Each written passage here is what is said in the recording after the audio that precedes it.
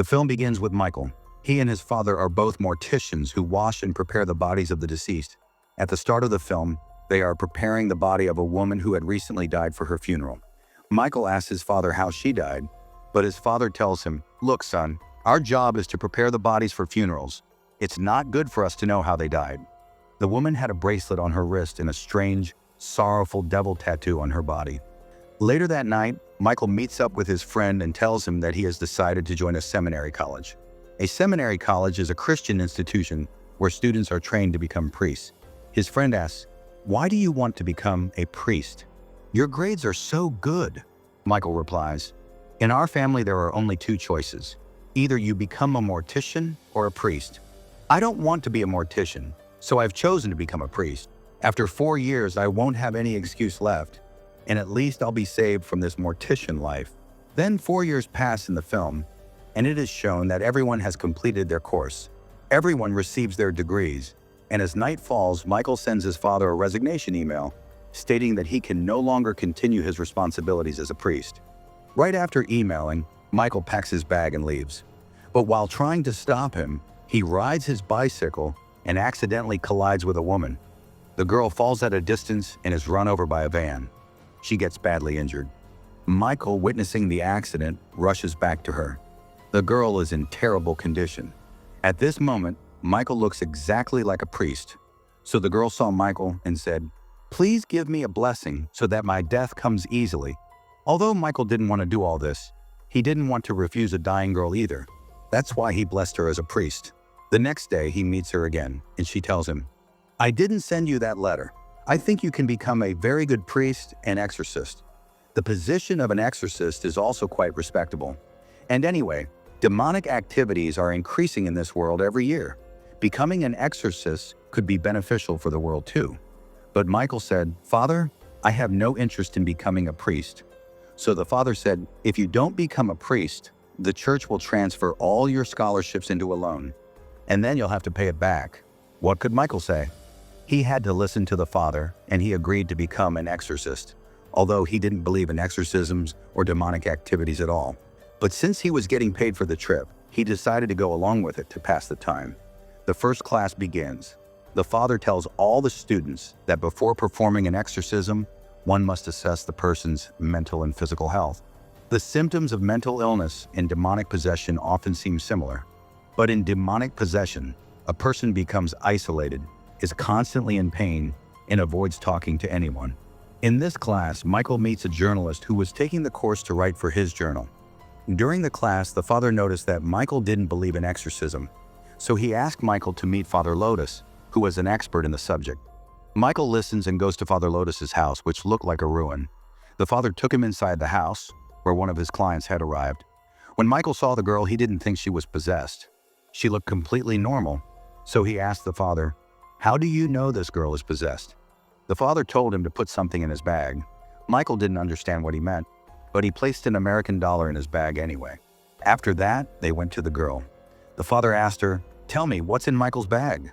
The girl replied, "How would I know?" The father asked her to guess. The girl refused. The father began to put pressure on her.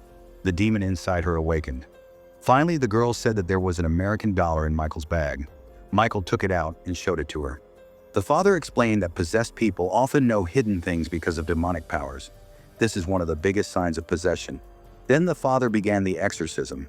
He placed his hand on her head and recited many Latin prayers. The demon began to suffer greatly and curse the father. But the father continued, and eventually the demon came under control. They both left the place.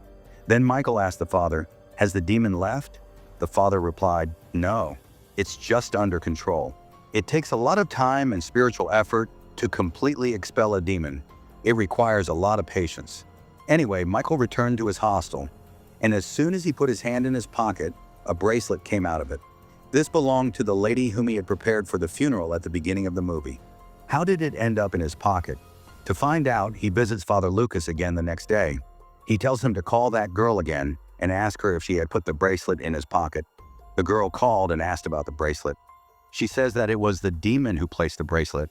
Then the father starts provoking the demon inside her, and Michael ties the bracelet back on the girl's wrist.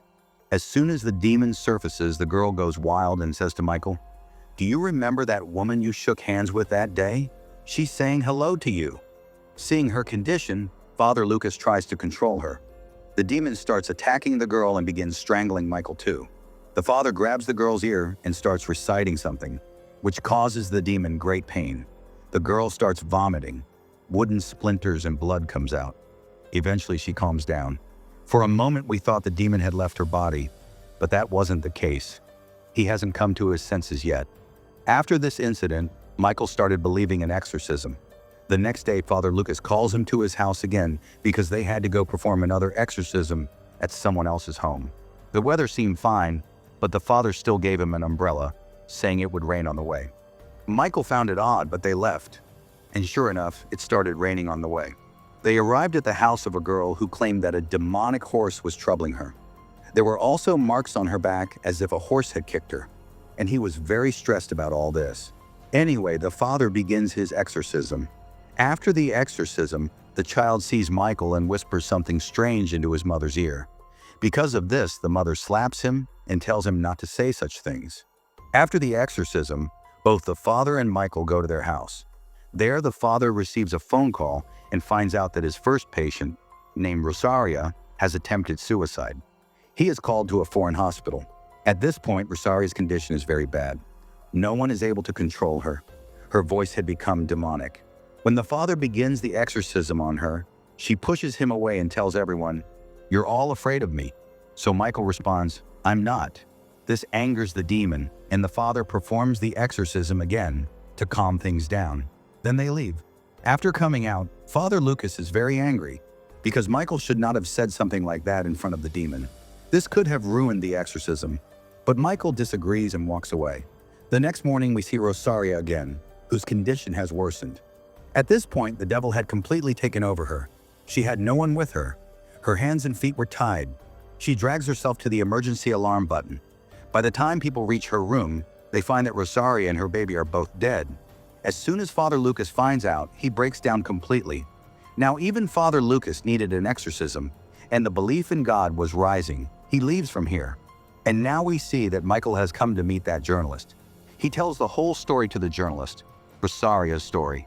How a demon came to Rosaria, and how the demon killed Rosaria, and how the demon captured Rosaria. The people did an exorcism, but Rosaria died. He was unable to find a solution, whether all of these things are true or not. After this meeting, he goes back to his hostel room and sleeps. When he opened his eyes, he was in his mortician form, in his old house. He was shaking a dead body, and then a strange old man came to him, an old man with scary hands.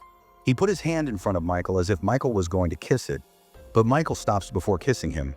Then the hand touches Michael's face and suddenly grabs his throat. He was trying to suffocate Michael, but suddenly Michael opens his eyes and we are shown that this was all just Michael's terrifying dream.